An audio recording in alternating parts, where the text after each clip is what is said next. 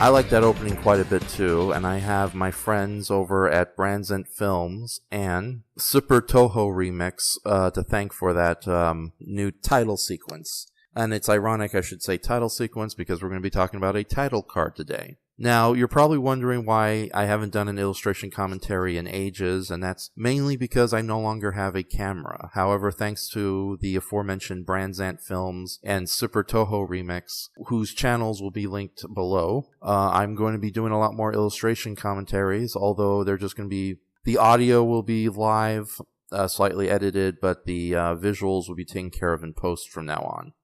Today we are discussing the title card I did for Brendan Tenold and his Halloween review for Creepshow 2.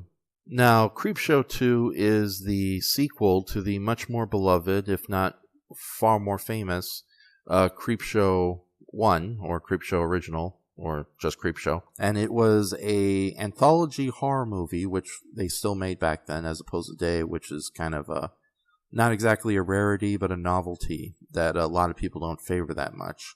But more to the point, it has been argued recently, by including myself, that it probably is one of the best things George A. Romero and Stephen King have ever made outside Stephen King's more well-known standalone stories and George Romero's zombie films. And I would even argue further that they're even better than most of his zombie films. And I say this because I need to make it clear that I am not big into horror. Yes, I do watch a lot of monster movies, and I do like a lot of the classic monster movies, but as far as the extreme gore and torture porn stuff and the slashers and all that terrible stuff you see in horrors, especially from the late 70s all the way up to the now, basically, I really can't stand that stuff. I'm not exactly sensitive, but my idea of a good time is a movie that doesn't really feature innocent people suffering horrific fates in the most horrible ways imaginable. And there is a certain level of extreme tragedy done in most horror movies, or at least the ones in the 80s, because sometime in the late 90s and forward, a lot of horror movies had featured the most unlikable and despicable characters imaginable, and you're stuck with them. And when they get their comeuppance, it doesn't really feel like it's comeuppance. They're just being killed because the terrible thing that's killing them is just terrible. It doesn't matter if they're good people or bad people or not. And you do get a lot of innocent souls getting horrific fates in horror movies. However, being a monster movie fan, if the horror movie has a good monster in it, I'll give it a free pass. And some of my favorite movies are extremely gory. I adored Evil Dead 2. I love John Carpenter's The Thing. There are certain Italian horror movies that I respect because of the artistic merits they have. But with that said, I do enjoy horror movies that are definitely comical. And it's so hard to find good comedy horror movies because they're either too stupid about it, like some of the lesser efforts from Enshohma, or the humor isn't that well done and the horror is banal. With that said, though, Creepshow, the first Creepshow, is a completely different creature in its own right, because George A. Romero and Stephen King went out to make a movie that was very much in the spirit of the old EC and DC horror comics of the 50s, House of Mysteries, House of Secrets, Tales from the Crypt. And unlike other adaptations of the same material, like HBO's Tales from the Crypt, Romero and King decided to go all out by literally making this the most comic booky movie, not based on an actual comic book, that's ever comic booked its way up the film screen. Isn't it funny how a lot of the more bombastic and insane and fantastical fantasy films of the 60s and 80s feel more like a comic book come to life than a lot of the big screen superhero movies we're getting these days, where they play things so... even if they go all in, like the Marvel movies, they still hamper themselves because they don't want to come off too cheesy. Hence the reason I don't think we're ever going to see Captain America say Avengers Assemble out loud without, some cheeky little edit cut to just end it because, heaven forbid we have some cheesy fun. Thankfully, Creepshow is not cheesy fun, but camp in its truest form. It knows exactly what it is, and it excels in it beautifully. And there are so many good stories that are both pretty, well, pun intended, creepy, But there's also several stories that do have a kind of sadness to them, like the lonesome death of Jordy Verrell. Others, however, are just fun little murder adventures, for lack of a better term.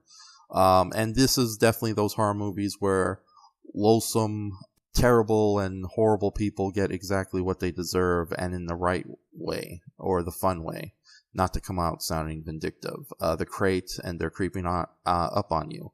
Even though in The Crate does have a couple of unfortunate innocent victims, there definitely is a bad guy or two in them as well.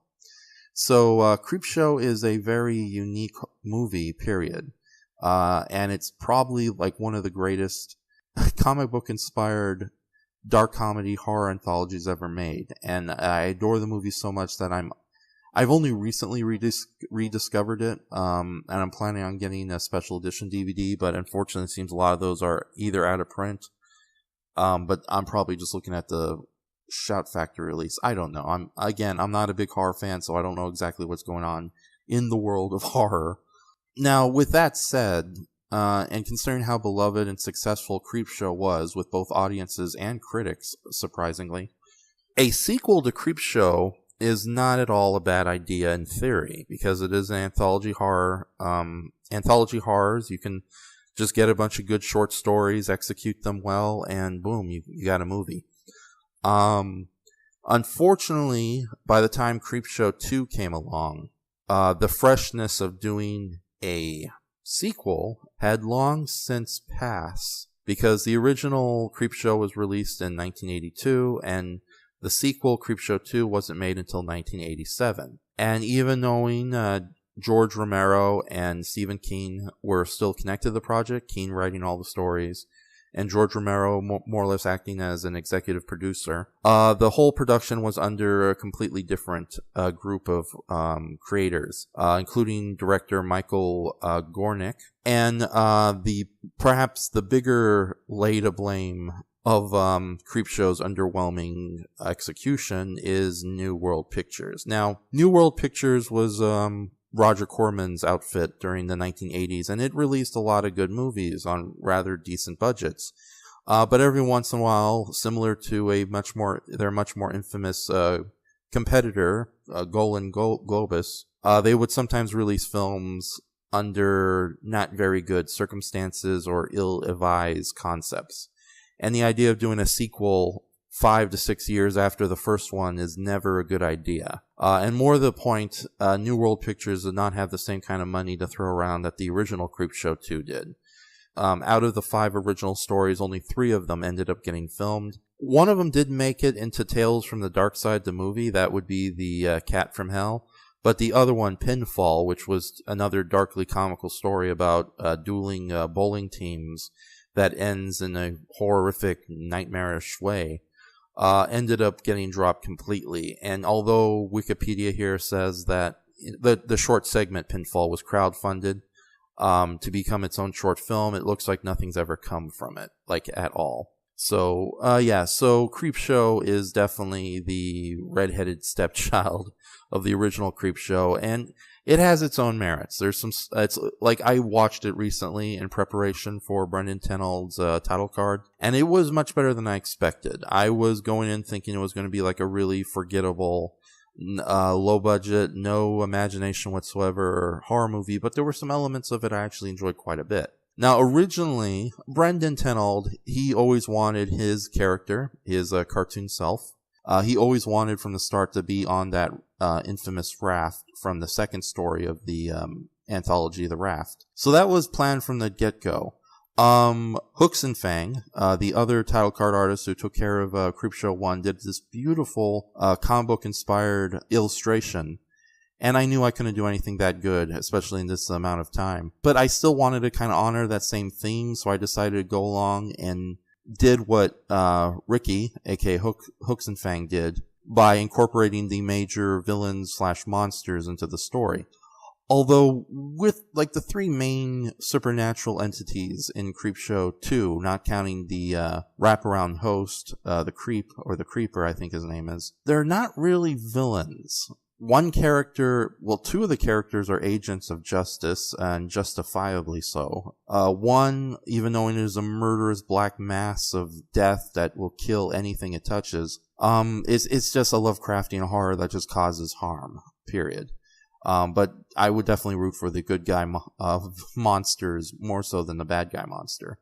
But because the title card is based heavily on The Raft, that segment, which involves 4 college students going out into an isolated lake, like 50 miles outside civilization, to basically play on a raft that's left inside the lake for free, basically. And why not? Unfortunately, the lake is also home to this mysterious oil slick that it's hinted that people have known about its existence, and the creature has been obviously sustaining itself on any unlucky animal that enters the water. But when 4 college students are on this raft in the middle of this lake, it might be too tempting of a meal for this terrible creature. The oil slick monster is definitely the star of this title card, as you can see. And even knowing the actual prop itself is nowhere near this big, I decided just to go on and embrace the giant monster elements of this segment.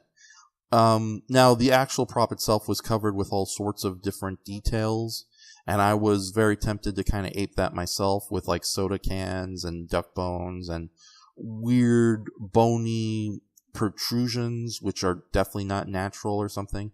But I kind of decided to keep it simple because when it comes to over detail, I am not the best of it, both in trying to get that done in a timely manner. And also, if I go overboard with detail, you get something that just looks unappealing production-wise. I am a cartoonist more so than I am an artiste. So I decided just to do a bunch of skeletons and skulls. And I gave the blob a kind of dark... Because the blob itself, in that one scene where the oil slick monster is chasing after the one escapee, it has a purplish dark hue to it.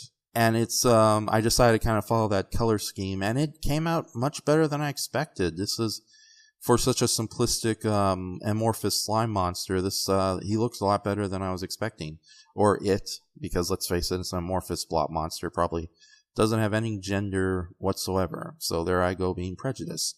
Now, again, inspired by Hook and Fangs, I wanted to incorporate the 2 other supernatural creatures from this movie, or I should say characters. One from the first story that precedes The Raft, and it's a story about a wooden Indian or Native American a statue that comes to life to avenge the death of an elderly couple that has overseen him for years as he's a part of their old, out-of-the-way, in the middle of nowhere southwestern town convenience store. I don't know, I was surprised actually when I watched this story, because first off, old Chief Woodenhead, he isn't like he's obviously inspired by like the old wooden Indians that would, you would see all over the place in stores in like Vegas or across the Southwest. But he himself seems to be an original sculpture, and one that's right to size as opposed to a miniature cigarette holding machine. And I think he's actually respected and beloved by both the elderly couple. Although they themselves are white, they are actually good friends with the local Native American population, particularly the elder who represents him, Benjamin Whitemoon. Okay, Benjamin Whitemoon. So yeah, everyone, all the old people who live in this town, they have respect for this wooden, or affection, I should say, affection for this wooden statue.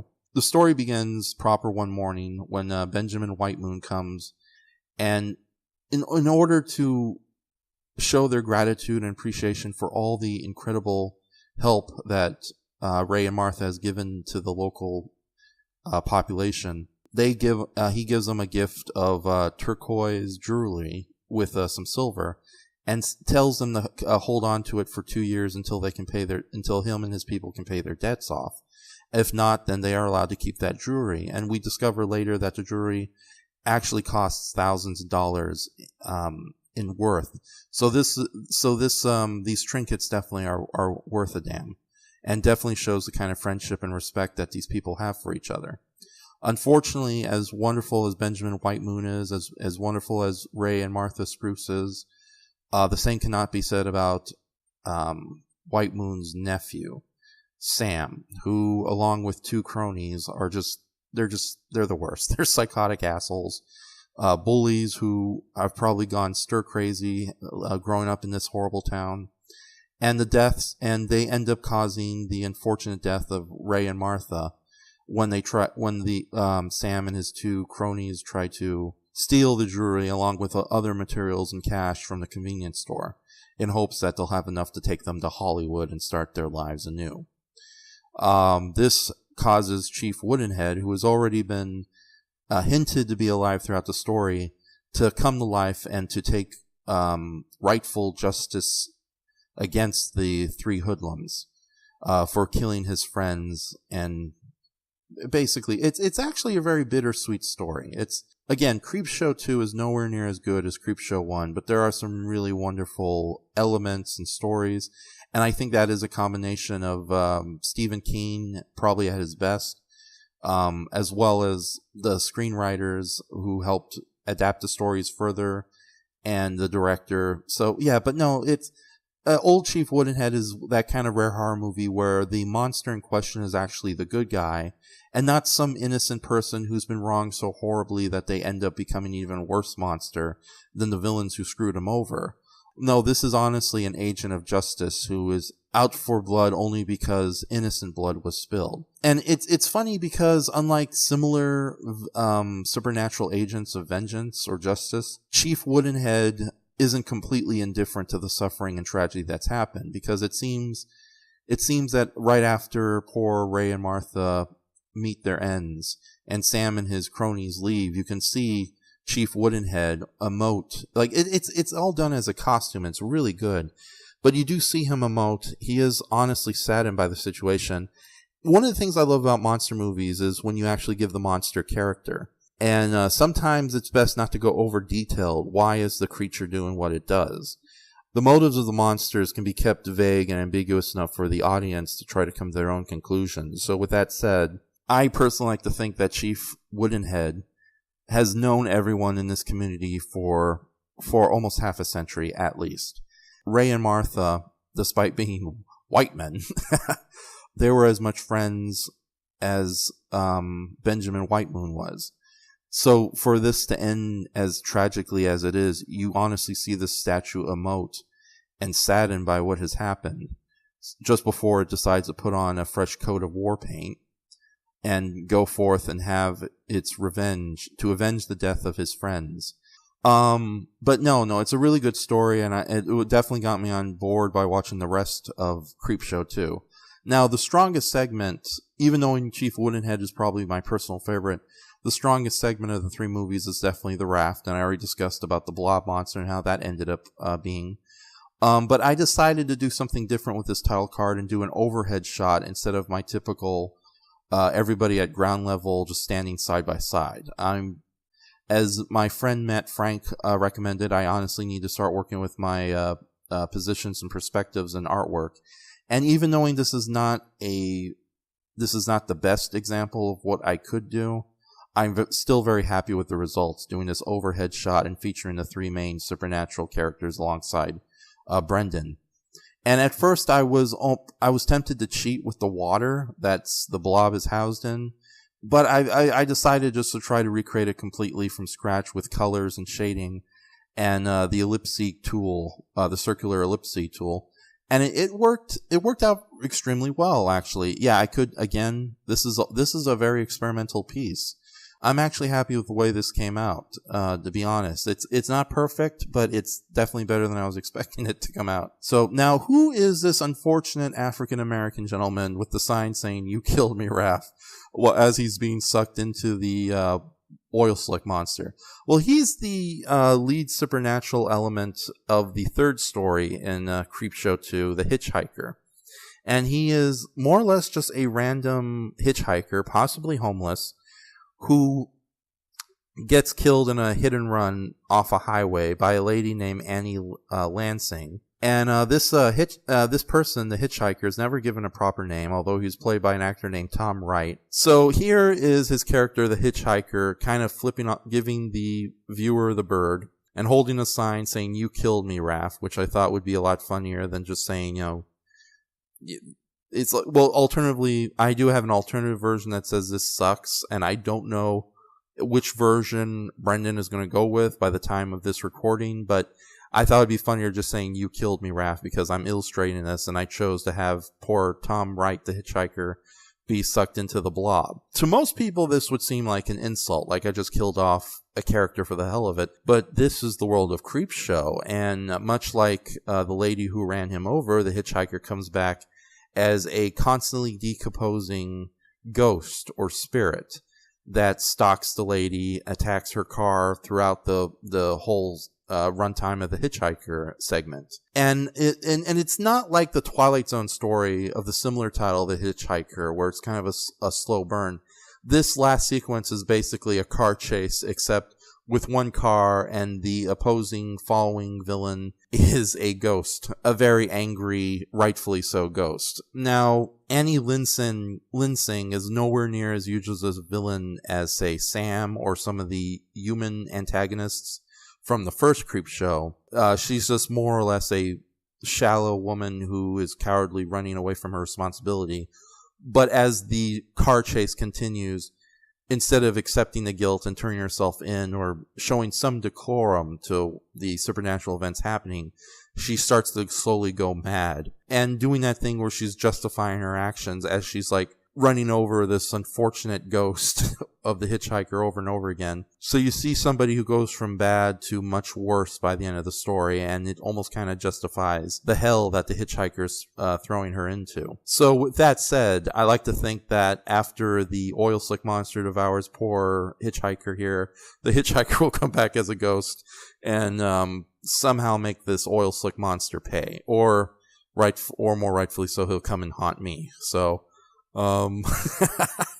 so yeah, that's the great thing about ghosts. They always have an opportunity for payback, even after they've disconnected from the mortal coil. So yeah, now I don't know at the time of this. I'm recording this just before I finish the colorings and shadings on Tom Wright's character. So I don't know if this is him in his normal human phase about to be eaten, or if I'm going to add a lot of blood and zombie-like effects to echo his first form as a decaying ghost. I may end up doing the latter, and it would also make him stand out a bit from being a normal human, which is what Brendan is at the moment. So, with that said, again, that's pretty much my thoughts on both Creepshow 2, the movie. Again, nowhere near as good as its predecessor, but still a good watch in its own right. Just kind of going with low expectations. Again, Creepshow 2 is not a bad movie, but it is underwhelming compared to its predecessor. But I would still recommend it. If you like Creepshow 1 and you're willing to give it a chance, again, go in with low expectations. You will not be too disappointed, and you will get some enjoyment out of at least one of the three segments, if not all three. I actually got enjoyment out of all three. So those are my thoughts on Creepshow 2, as well as connected thoughts to the illustration that I made based on the movie. And I hope you enjoyed this third episode of Illustration Commentary. I plan on doing more in the very near future. Major thanks to Super Toho Remix for the wonderful theme music. Massive thanks to Misao Yagi, the original Japanese composer of that said music that was remixed from. Massive thanks to my friends over at Brands End Films for the editing and the opening title sequence, as well as Brendan Tenold for giving me this commission and opportunity to draw these great monster characters that you see before you. So I will definitely see you guys next time with another illustration commentary. Goodbye.